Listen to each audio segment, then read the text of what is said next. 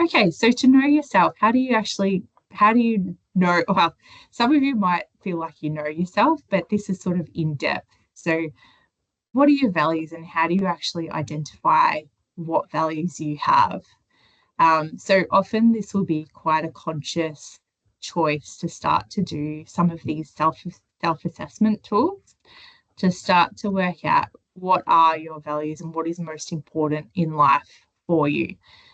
Because often, if you get a job or a career that isn't in alignment with your values, that's when sometimes we see things like people unhappy in their work, or they might get burnt out, or they might feel like they're being undervalued, and things like that. So sometimes that's just a matter of trying to find somewhere that is in alignment with your values and what you see as meaningful to you. And each of you will all have different set of values. So what we've got here, you might have seen on our careers website, we've got a career planning page, and you can actually go in and you can do a few of these different self-assessment tools and to get to know yourself a little bit more. So the top one, that's the values, but there's also other ones here that might be useful to have a look at. And I'll say that when you do these self-assessments, just remember that it's only a portion of your job search strategy. So um, there was a guy that I had in an appointment recently, and sometimes, and in his case, he got a few different career options suggested to him from these assessments, which weren't 100% accurate. And so that does happen sometimes.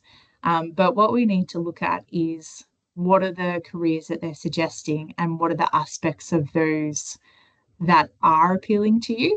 So in his case, he was, they said fencer. Well, fencer was the first suggestion. And he was like, oh, don't really, not really sure what that means. But then when we spoke further, it was like, oh, okay, you really want to have a practical job. That's really important to you to work outside and things like that. So we actually worked out that those were the aspects that he got from that. So really just sort of, I guess take with caution, and it's usually good to debrief with us as well with what the results could mean. But in particular with the values, it's quite helpful to do because you sort of get familiar with what are the values out there and what sort of you're most drawn to. And sometimes that also helps when you're looking at job ads and they say what their values are as well. And then you'll be able to spot the employers that you might be able to more closely align with that way as well. So step two would be step two of the step one would be the interest. So this is a really common thing. So sometimes you might have a really broad interest area. So for example, sports, but you're not sure of where to take that. So if you're sort of at that stage where you've got, say, for example, biology, you can see on the screen there, you're not sure of what are the careers that relate to that. So, you might be studying Bachelor of Science. And then this website called My Future can be really useful to further explore what are your interest areas and what careers align. So what you do is just create a free account through My Future. So it's a totally external website here. And then what you do is go through the Career Bullseyes page. So that's the link there you can access. And then it goes to this page here. And so once you go into click into, say, biology here, it'll show you a bullseye. And on that bullseye, it's got biology in the middle. And then on all the outer edges of the bullseye, it's got what are the different levels of education required for each of the roles that are listed that are associated with biology.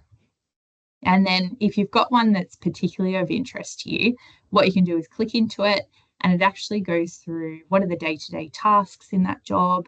It goes through what are the skills required for the job. how to get into it. So what kind of education you're going to need.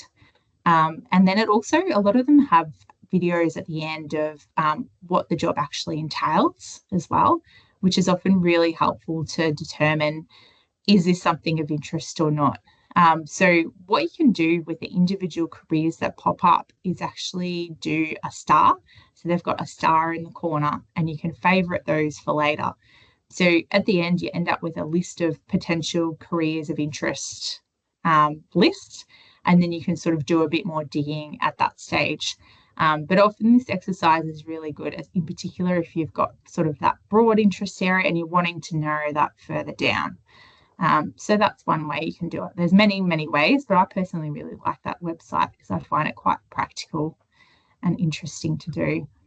So then we get to sort of what are your skills and strengths. So for some of you, it might come quite naturally to know what they are. But for other people, sometimes it's a bit of reflection on what are your top strengths. So if somebody was to ask you now in an interview, what would you say your top 4 or 5 strengths? And again, if you're not sure of sort of how to work that out, that's when the self-assessments will come in handy. And then you can also have a chat to us as well if you want to brainstorm what you have done so far. So maybe you've done some work or some volunteering or things like that.